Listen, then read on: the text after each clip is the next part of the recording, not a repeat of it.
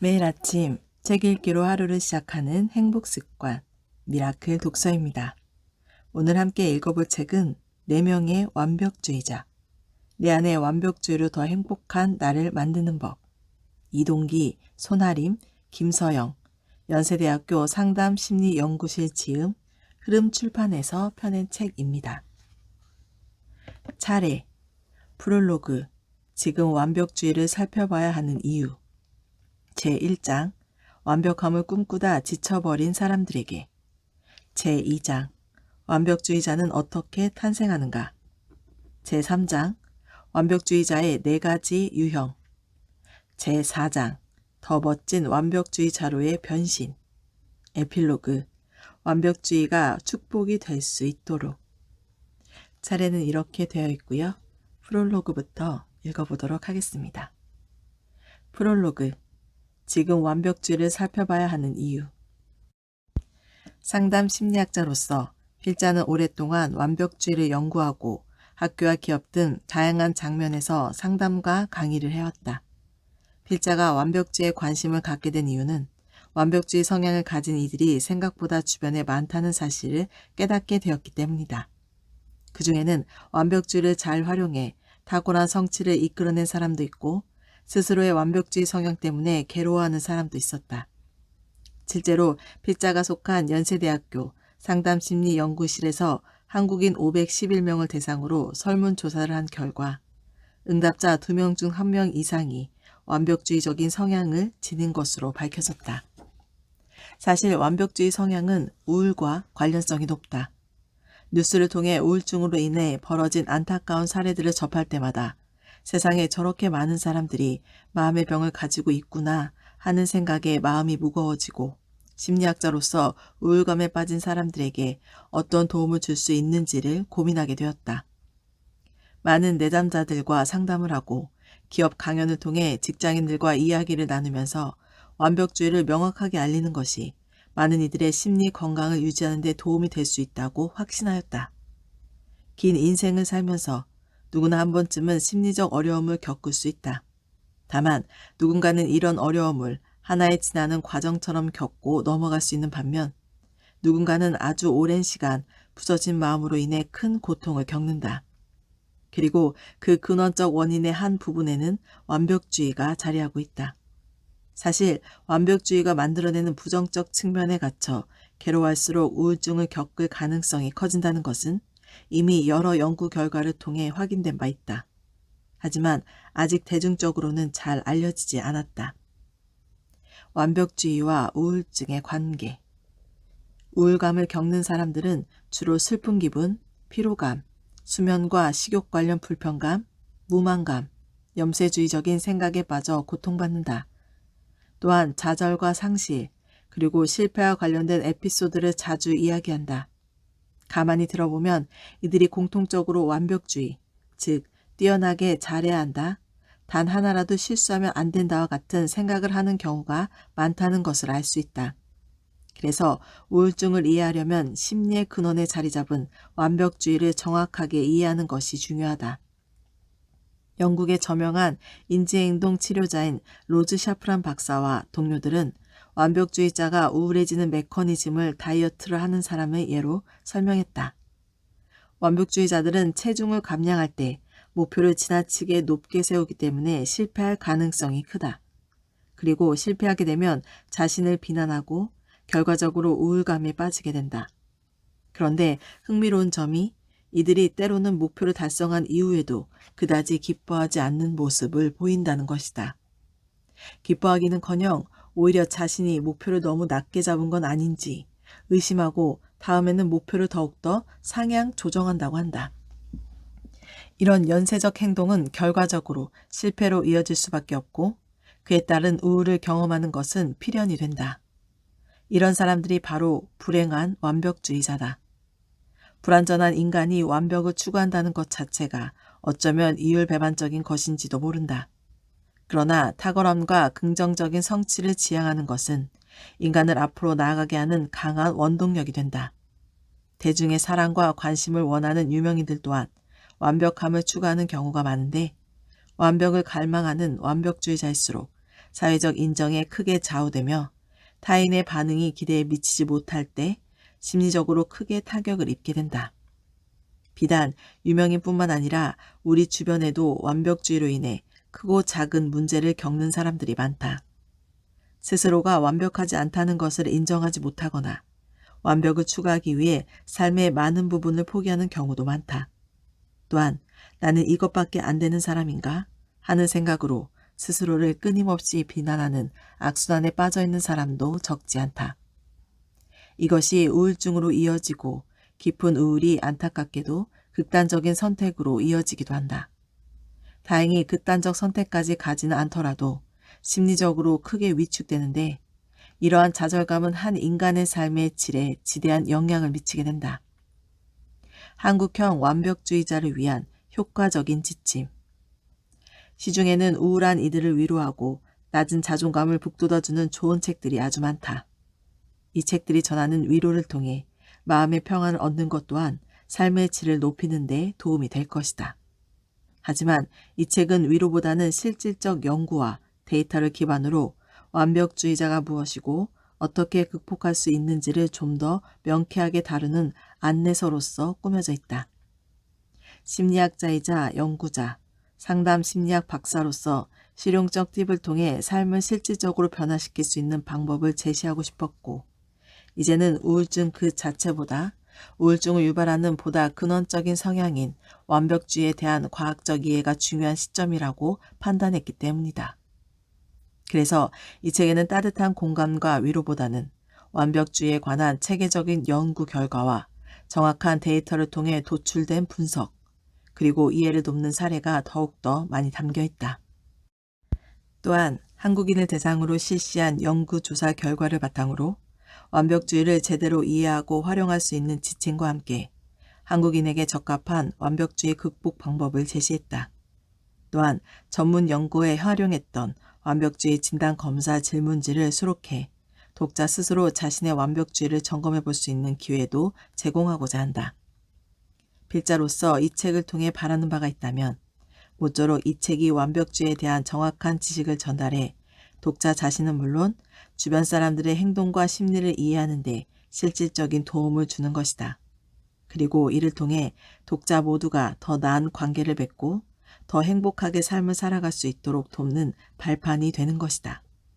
독자가 스스로의 완벽주의 성향을 이해하고 그에 걸맞은 해결책을 찾아 심리적 문제를 해소할 수 있다면 누구보다도 성공적이고 행복한 완벽주의자로 거듭날 수 있으리라 확신한다. 마지막으로 이 책의 출간을 위해 애써주신 흐름출판 관계자들과 추천의 글을 써주신 분들께 깊은 감사의 말씀을 전하고 싶다. 또한 공저자인 손아림, 김서영 선생과 함께 고민하고 작업했던 많은 시간들을 소중하게 생각한다. 저자들을 성원해준 가족 및 지인들께도 감사의 마음을 전한다. 2021년 2월 필자 대표 이동귀. 제1장 완벽함을 꿈꾸다 지쳐버린 사람들에게 완벽주의자를 위한 완벽주의 살펴보기. 완벽하고 싶은 게 죄는 아니잖아요. 누구나 뛰어난 사람이 되고 싶어 한다. 발전하고 성장하려는 열망은 인간의 본능이기 때문이다. 잘하고 싶고 성장하고 싶고 제대로 하고 싶은 마음에 우리는 완벽함을 꿈꾼다. 어떤 분야에서 특출한 사람을 보면 나도 저 사람처럼 되면 얼마나 좋을까 생각하고 완벽에 가까운 작품을 보면 경외감을 느낀다. 이렇게 인간은 탁월함을 선망해왔고 완벽을 위한 노력을 멈추지 않았다. 완벽을 추구하는 것은 문화나 인종과는 상관없는 보편적인 현상이다. 어디에나 만족하기 어렵고 무결점을 추구하는 사람들이 있다. 대개 완벽주의자들은 뛰어난 사람들이고 목표한 일에는 열정적인 노력을 기울여 훌륭한 성과를 이끌어낸다. 특히 행복한 완벽주의자들은 완벽주의 성향과 자제력, 유능함, 유연성 같은 강점을 활용해서 성취를 이룬다. 원하는 결과를 얻었을 때 완벽주의자들은 자신의 성취를 마음껏 기뻐하고 깊은 만족감을 느낀다. 하지만 이러한 완벽주의의 긍정적인 측면에도 불구하고 완벽주의에는 사람들에게 심리적 고통을 안겨주는 부정적인 측면도 다수 포함되어 있다. 언젠가 한 외국인 연구자가 빨리빨리 문화 속에서 살아온 한국인이야말로 완벽주의 성향을 가질 수밖에 없는 환경에 있는 것 같다고 말한 적이 있다. 가령 1분당 걸음수만 살펴봐도 한국인들은 여타 외국인들과 큰 차이를 보인다. 1분당 걸음수도 국가에 따라 다른데 가령 미국인은 분당 평균 25걸음, 영국인은 평균 29걸음, 그리고 일본인은 평균 35걸음을 걷는다고 한다. 한국인은 어떨까? 놀랍게도 1분의 평균 56걸음이나 걷는다고 한다. 거의 1초당 1걸음을 걷는 셈이다. 그래서일까? 외국인들 사이에는 출입국 심사를 받을 때 한국인 물인 뒤에 서는 것이 가장 빨리 입국 심사대를 통과하는 방법이라는 웃지 못할 속설까지 있다고 한다. 한국인의 빨리빨리 문화는 가히 독보적이다. 이러한 빨리빨리 문화의 이면에는 자원이 제한된 경쟁 사회에서 앞서가야 한다는 의지와 가만히 있다가는 누군가에게 추월당할지도 모른다는 불안감이 동시에 자리 잡고 있다. 한국을 흔히 치열한 입시 경쟁 사회라고 하는데 최근 입시 방식이 다양해졌다고는 하지만 여전히 단 한 번의 입시 결과가 이후의 인생을 크게 좌우할 가능성이 크다는 현실은 바뀌지 않았다. 이런 상황에서 부모가 자녀의 학교 시험 일정을 꿰뚫고 있고 시험 때만 되면 자녀만큼 긴장하는 것도 어쩌면 자연스러운 현상일지 모른다. 심지어 사회생활을 하는 자녀의 주변을 맴돌면서 온갖 참견을 다하는 소위 헬리콥터맘에 대한 이야기도 들린다. 이들은 직장인 자녀의 경력 관리와 부서 배치에도 관여한다고 할 정도로 자녀의 성공을 위해서라면 모든 수단을 강구한다. 실패가 아닌 완벽한 미래를 만들어주고 싶은 부모로서의 욕심인 것이다. 의도가 나쁘지는 않겠지만 이런 사회 분위기와 부모를 비롯한 주변의 기대 섞인 과도한 간섭 등이 혼합돼 전달될 때 그것을 받아들여야 하는 사람에게서 완벽주의 경향이 강화된다는 현상이 발생하기도 한다. 그리고 많은 경우 이렇게 만들어진 완벽주의는 스스로를 고통스럽게 만드는 방향으로 발현될 가능성이 크다. 어떤 나라, 어떤 사회, 어떤 조직에서든 성공에 대한 압력이 크고 실패를 용인하지 않는 경향이 강하면 그 구성원이 느끼는 실패에 대한 두려움도 함께 커지기 마련이다. 동서양을 막론하고 경쟁적인 분위기가 만연한 조직이 바로 프로스포츠계다. 프로의 경지에 오르기 위한 과정은 너무나 고되고 자신의 능력을 보여줄 기회는 극히 제한적이기 때문에 기회가 찾아왔을 때 완벽한 경기를 펼쳐야만 한다는 부담감이 엄청나다. 작은 실수로 승리를 놓친다면 그동안의 모든 노력이 물거품으로 변할 것은 물론 자신에 대한 기대 또한 엄청난 실망으로 바뀔 것을 알기에 경기에 임하는 선수는 절대 패배해서는 안 된다는 위기의식으로 중무장하게 된다. 이러한 부담감과 두려움은 프로 선수에게만 국한되는 것은 아니다. 영국의 어린 스포츠 꿈나무들을 대상으로 한 조사에서 드러났듯 특히 성공해야 한다는 주변의 압력으로 인해 완벽주의 경향을 갖게 되는 경우 스트레스가 너무 심해 스포츠 자체에 대한 즐거움을 거의 느끼지 못하고 심한 경우 번아웃 상태에 놓이게 된다.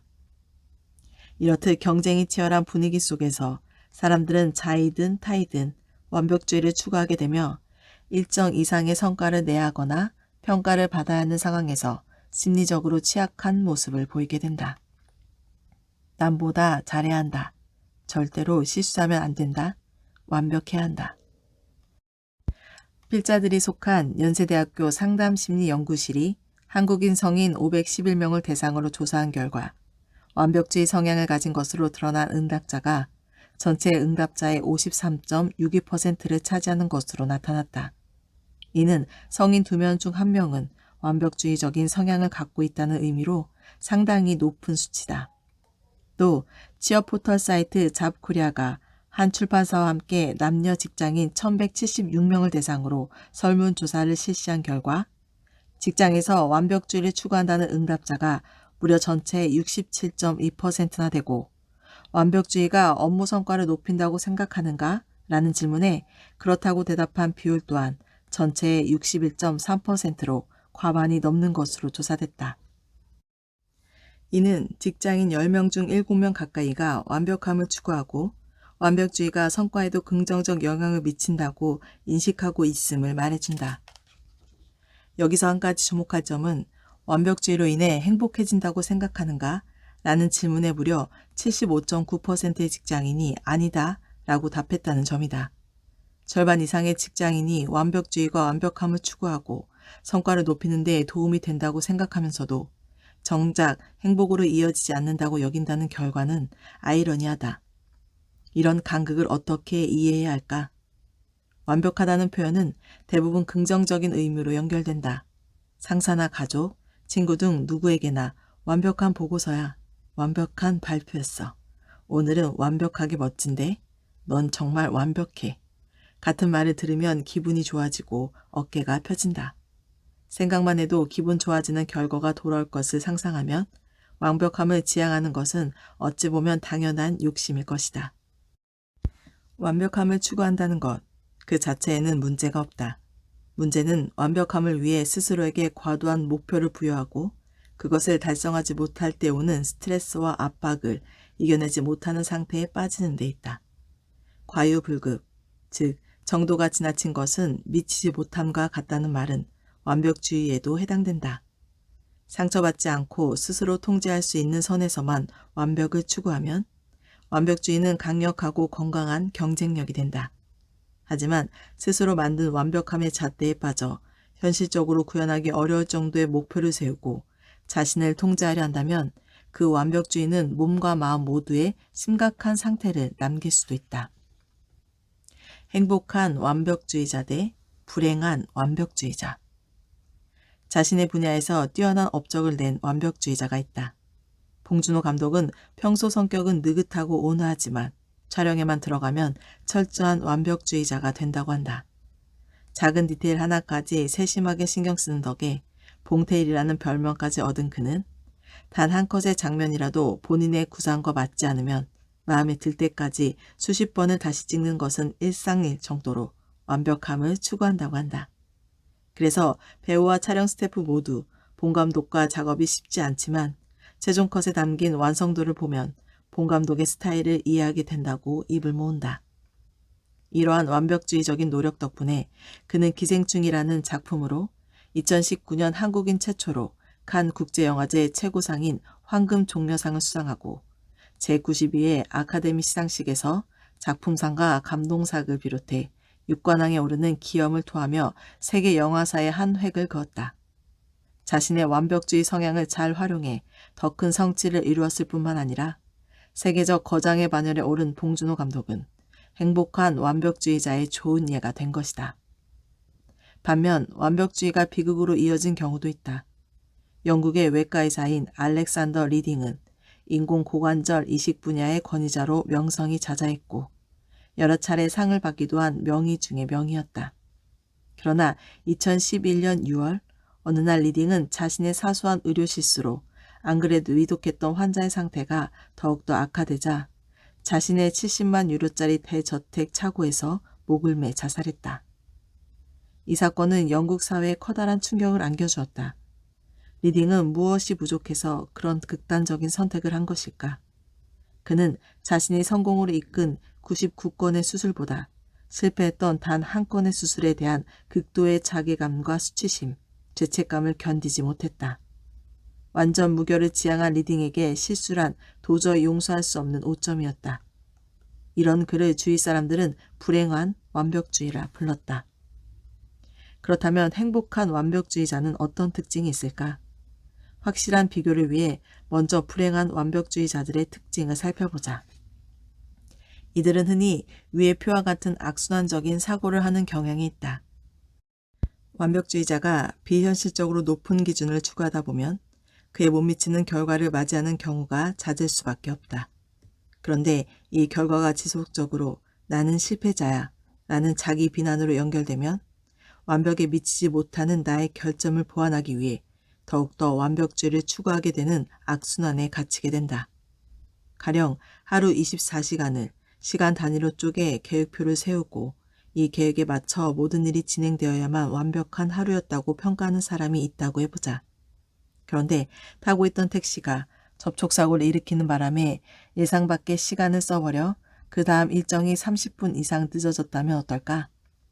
접촉사고가 일어난 것은 스스로 통제할 수 있는 영역 밖의 일인데다 예상 또한 불가능하기 때문에 일반인이라면 크게 다치지 않은 것에 안도하는 것이 먼저일 것이다.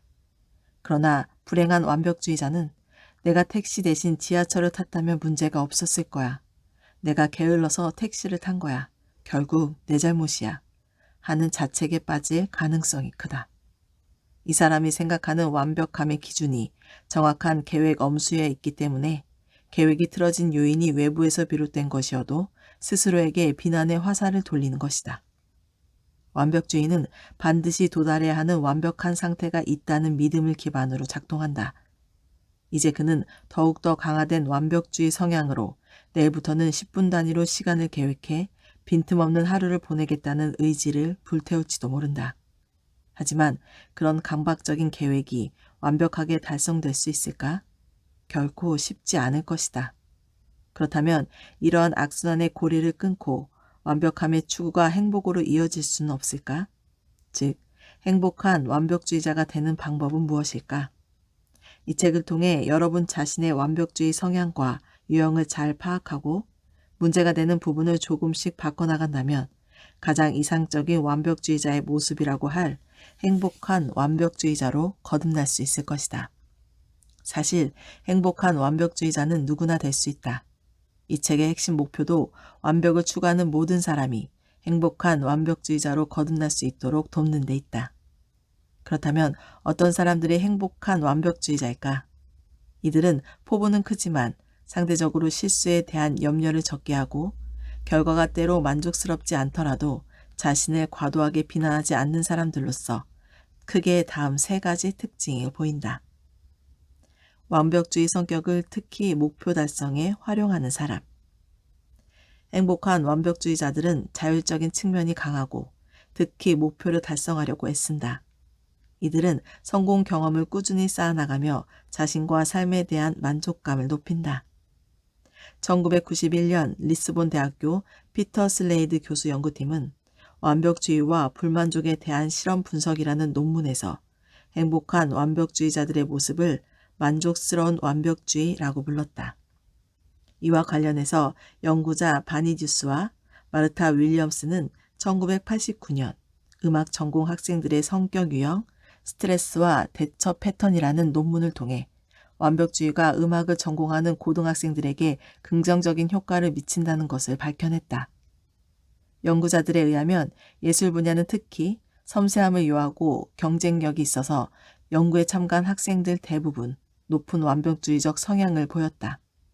그런데 기존에 알려진 완벽주의 부정적인 측면과 달리 이들은 자신의 완벽주의적 성격을 목표 달성을 위한 자원으로 활용할 경우에 수행에 대한 불안, 정서적인 피로 등을 겪지 않았다.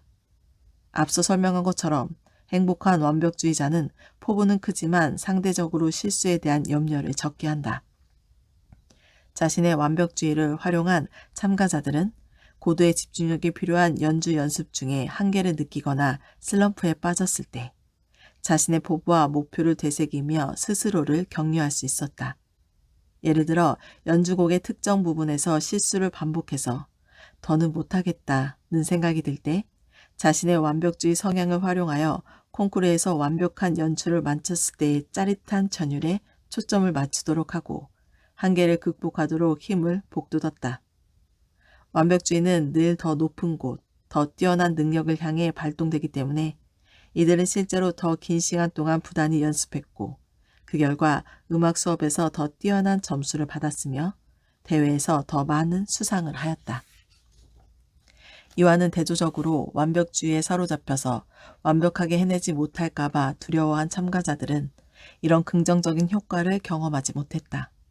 이들은 노력해서 해냈을 때의 기쁨보다 노력했음에도 불구하고 실패했을 때의 절망감에 초점을 맞추었고 두려움에 떨다 보니 안타깝게도 더 큰 불안과 피로를 느끼게 돼 본연의 실력조차 제대로 발휘하기 어려웠던 것으로 보인다. 목표 달성 과정을 융통성 있게 조절하는 사람. 행복한 완벽주의자들은 모든 면에서 완벽해야 한다는 생각으로부터 비교적 자유롭다. 이들은 너무 버겁다고 느낀다면 잠깐 쉬어갈 줄도 알고 자신이 노력해도 완벽한 결과를 얻을 수 없는 일에 대해서는 힘을 빼도 괜찮다는 것을 알고 있다. 또한 융통성 없이 모든 일을 완벽하게 해내야 한다는 경직된 생각을 내려놓을 줄 안다. 무조건 열심히 일해야 한다는 압박이 아니라 필요에 따라 자신의 목표 달성 과정에서 완급을 조절할 수 있는 사람들이다. 위트레흐르트 대학교의 툰 타리스 교수와 동료들은 2010년 왜 완벽주의자들은 다른 사람들에 비해 소진을 경험할 위험성이 큰가? 라는 논문에서 열심히 일하는 완벽주의자일수록 일 중독에 빠지기 쉽고 결과적으로 자신의 건강과 배우자와의 관계를 돌보지 않아 소진을 경험하게 될 위험이 크다고 경고한 바 있다. 그리고 이런 위험을 높이는 요인이 자신의 의욕을 상황에 따라 조절하는 기술의 부족이 있는 것으로 나타났다. 따라서 행복한 완벽주의자가 되기 위해서는 의욕을 무조건 최고조로 유지하는 것이 아니라 상황에 따라 융통성 있게 조절하는 법을 배우는 것이 중요하다. 실패를 긍정적으로 재해석할 줄 아는 사람. 행복한 완벽주의자는 때로 실패를 경험하더라도 그 탓을 자신에게 돌리는 자기 비난 행동을 하지 않는다. 오히려 실패한 결과에도 긍정적인 의미를 찾아내는 능력이 탁월하다. 퀸트 대학교 오하임 스토퍼 교수와 브레다 대학교 더크 안센 교수는 2011년 완벽주의와 일상생활 속의 실패에 대한 대처라는 논문에서 대학생들을 대상으로 최장 2주간 매일 자신의 실패 경험, 실패에 대처한 방법, 하루에 대한 만족감을 일기로 기록하게 했다. 특히 여러 실패 경험 중에서 가장 신경 쓰이는 것을 한 가지 선정하게 하고 참가자들이 이를 어떻게 극복하려고 했는지를 조사했다. 참가자들이 보고한 실패 경험의 1위는 일이었고 대인관계와 관련된 실패 경험이 그 뒤를 이었다. 눈여겨볼 부분은 행복한 완벽주의자일수록 실패라는 씁쓸한 경험을 회상하면서 자신을 탓하는 방식을 덜 택했고 실패를 긍정적으로 재해석하려는 대처 전략을 더 많이 사용했다는 점이다. 이들은 실패에 대한 긍정적인 재해석 덕분에 일상에 대한 만족감이 더 큰 것으로 확인되었다. 이에 비추어 보면 완벽주의자가 높은 기준을 유지하면서도 자기 비난의 악순환에 빠지지 않는 비결은 목표를 달성하지 못했을지언정 이에 대해 회상할 때 가능한 한 새롭고 긍정적인 의미를 부여하는 데 있다. 예를 들어 시험에서 만점을 받은 것은 아니지만 유난히 헷갈렸고 그 문제를 푸는 데는 성공했어. 발표하면서 말을 좀 더듬긴 했지만 전하고자 했던 중요한 포인트를 빠짐없이 전달했어. 처럼 말이다. 오늘 미라클 독서는 여기까지 읽도록 하겠습니다. 오늘도 감사합니다.